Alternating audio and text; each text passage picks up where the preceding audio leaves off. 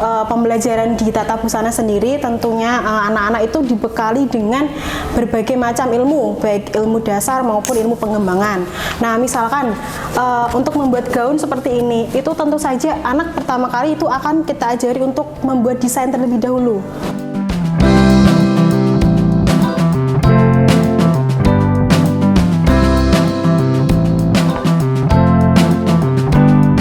Inovasi-inovasi produk yang baru itulah yang membuat siswa itu bisa berkreasi, menjadi wirausaha dan lain sebagainya.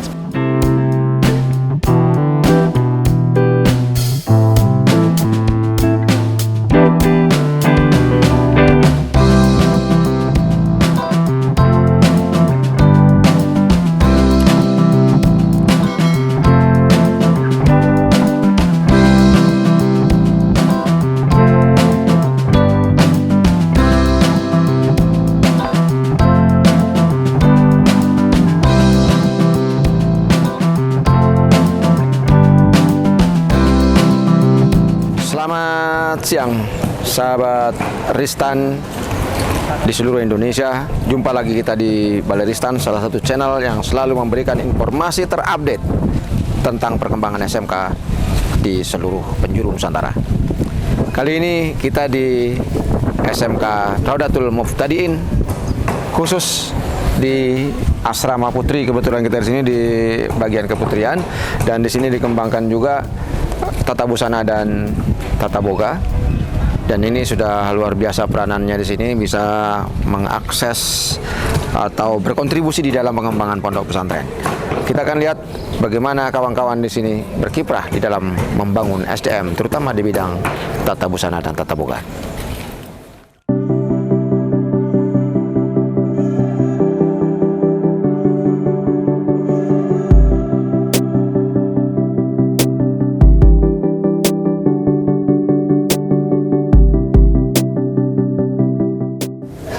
Sahabat, kita berada di salah satu lab atau bengkel tata busana SMK Raudatul Muftadiin, dan kita lihat di sini karya-karya anak-anak kita sudah luar biasa ya. Mereka di sini tidak hanya menjadi siswa yang belajar tentang bagaimana tata busana, tetapi juga bagaimana memanage, bagaimana melakukan mengembangkan wirausaha di bidang tata busana. Dan banyak di antara lulusan-lulusan yang ada dari Raudatul Muftadiin ini sudah berkiprah di kancah nasional, baik itu sebagai desainer maupun sebagai model. Oke, Bu Inayah, kebetulan di sini ada ketua jurusannya ya, atau penanggung jawab di lab ini, Bu Inayah. Silakan Bu Inayah, bagaimana konsep mengembangkan tata busana, karena di sini khusus untuk putri di wilayah ini ya. Ya, jadi tata busana kebetulan ini khusus untuk putri ya Pak ya. Jadi untuk pembelajaran di tata busana sendiri tentunya anak-anak itu dibekali dengan berbagai macam ilmu, baik ilmu dasar maupun ilmu pengembangan. Nah, misalkan untuk membuat gaun seperti ini, itu tentu saja anak pertama kali itu akan kita ajari untuk membuat desain terlebih dahulu. Nah, setelah dia bisa membuat desain, kemudian mereka kita ajarkan untuk bagaimana cara membuat desain itu, mewujudkannya menjadi sebuah gaun, atau kita ajari dengan membuat pola. Nah, setelah membuat pola, selanjutnya adalah bagaimana mereka mewujudkan untuk membuat gaun seperti ini. Itu adalah salah satu yang dipelajari di tata busana. Nah, kalau kurikulum. Nah, kurikulumnya ini kan dikembangkan bersama industri mestinya ya. Nah, sejauh mana kawan-kawan di tata busana SMK Raudatul Muftadiin mengembangkan itu dengan industri? Iya, kebetulan kalau biasanya anak-anak itu kan nanti ketika dia semester 5 atau semester 6, kita akan kirim untuk bekerja sama dengan Dudi. Jadi mereka akan istilahnya tuh prakerin gitu ke Dudi atau dunia kerja dan industri gitu. Bisa di butik, bisa di garment atau di tailor, pokoknya Dudi yang memang berhubungan dengan perbusanaan seperti itu.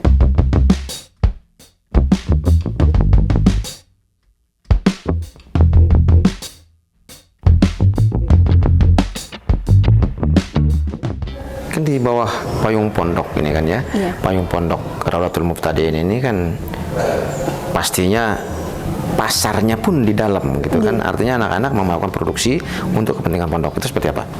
Iya, kalau di Busana sendiri itu kan ada yang namanya unit produksi. Ya, unit produksi itu adalah karya-karya atau hasil yang memang diciptakan untuk santri, kemudian kita pasarkan. Memang untuk sementara ini UPI itu adalah untuk konsumsi atau untuk di kalangan pondok kan. Misalkan kita membuat seragam berpak. Jadi kalau anak SMK itu biasanya kan ada seragam khusus untuk praktek. Nah, untuk seragam praktek satu SMK kebetulan alhamdulillah itu kita dari Busana yang memproduksi sendiri, seperti itu. Apakah juga mensuplai kepentingan seragam untuk seluruh siswa atau peserta didik di pondok? Iya, kalau yang seragam itu memang sudah diterapkan dari semester kemarin. Kita sudah mulai memproduksi untuk seragam untuk dipasarkan ke seluruh pondok. Seluruh, maksudnya pondok di dalam lingkungan Raudatul Muftadiin? Iya, kita baru mulai merintis kan seperti itu. Kalau desain-desain yang dikembangkan di sini seperti apa?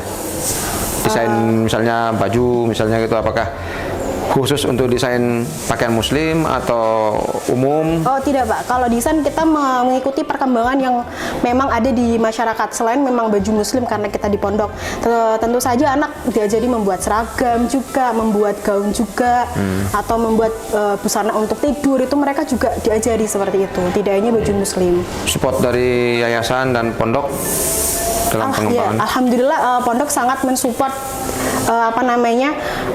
ke seluruh kegiatan di SMK gitu. Jadi setiap itu mesti kayak misalkan dulu kita pernah produksi mukena misalkan, nah mesti pondok itu tanya, busana buat ini, nanti mungkin dari pondok atau lingkungan pondok itu ikut memasarkan, oh ini loh kita buat seperti ini tuh, seperti Nah, Ibu tahu nggak tentang Merdeka Belajar misalnya gitu? Nah, konsepnya diterapkan di tata busana seperti apa? Karena kurikulum merdeka ya Pak, jadi kan sekolah secara diberikan otonomi untuk mengelola pembelajaran sesuai dengan kebutuhan sekolahnya. Jadi itu disesuaikan dengan apa yang kita butuhkan di sekolah, seperti itu. Ya, kalau yang menyenangkan seperti apa sih implementasinya di sekolah?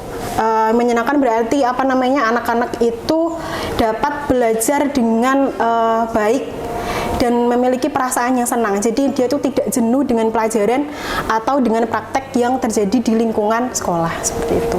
Ya, senang dan merdeka. Nanti kita tanya ke siswanya, oke? Kita akan lihat bagaimana SMK Raudatul Muftadiin mengembangkan tata busana.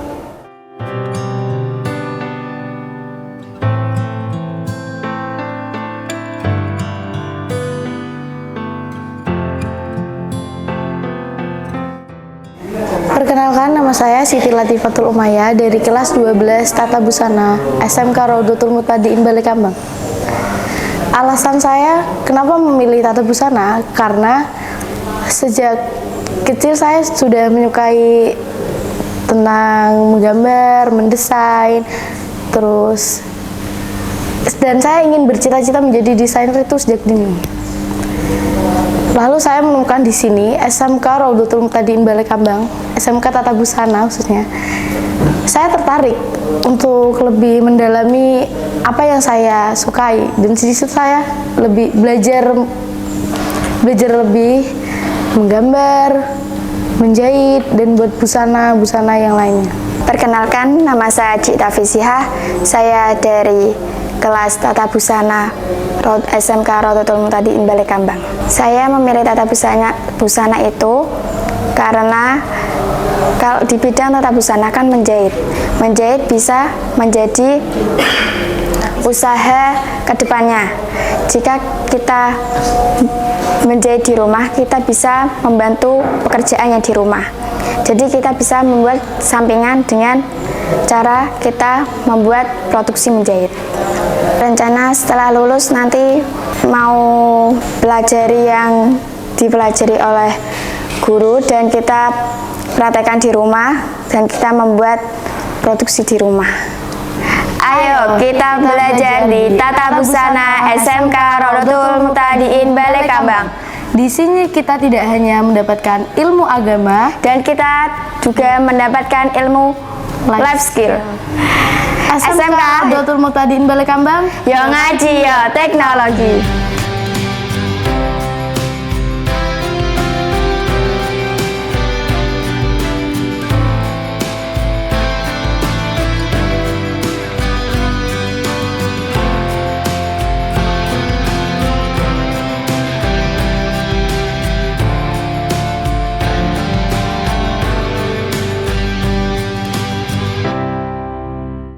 Bu Lia, Ya. bagaimana strategi dalam pembelajaran Untuk praktek khususnya ya, yang diterapkan di Balekambang? Untuk strategi kuliner di sini, kita menerapkan tentang pembelajaran proyek. Jadi siswa diberikan tantangan di proyek di sini untuk menyelesaikan. Seperti halnya membuat proyek produk baru, jadi yang inovatif seperti itu. Lalu juga siswa di sini ditantang untuk membuat resto mini yang nantinya di konsumennya konsumen luar. Seperti halnya siswa-siswa di sini juga seperti itu. Bu Lia, kalau selama 2 tahun pandemi kemarin kan ini agak sulit melakukan pembelajaran ya, dan mungkin banyak yang ketinggalan. Nah, apa yang dilakukan untuk mengejar ketertinggalan? Ya, jadi siswa tetap belajar walaupun di rumah atau di sini di asrama, itu tetap belajar membuat produk ya, inovasi produk yang baru itulah yang membuat siswa itu bisa berkreasi menjadi wirausaha dan lain sebagainya seperti itu. Oke, ini ada siswa kita ya, kebetulan ada siswa kelas berapa? Kelas 11 sedang membuat ramuan. Ini terbuat dari apa? Dari sari asam. Sari asam. Ini sari asam yang dibuat, salah satu produk unggulannya juga di sini. Dengan bahasa apa, Pak? Vina. Mbak Pina, kenapa tertarik di Boga? Karena pengen aja Pak, pengen mendalami kuliner gitu. Kamu selain belajar di SMK juga nyantri. Iya. Apa yang didapatkan selama nyantri? Ya dapat bisa masak kuliner, terus ya Kamu asli dari mana? Demak. Dari Demak. Kenapa tertarik ke Balekambang, kan Demak kesini agak jauh? Awalnya dari kakak yang di sini. Oh, dari kakak yang di sini. Ya, terus disuruh ke sini. Oke, kita akan lihat bagaimana kitchen yang mereka punya.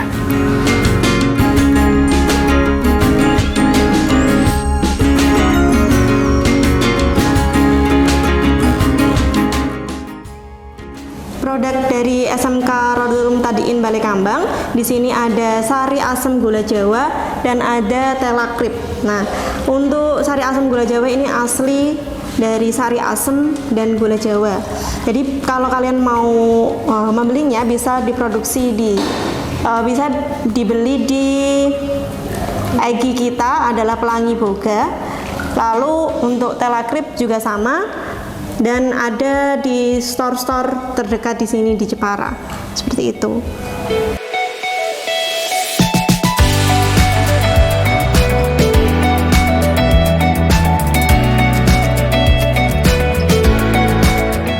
Telakrip, dahsyat kiripnya. SMK Balekambang, yo ngaji yo teknologi.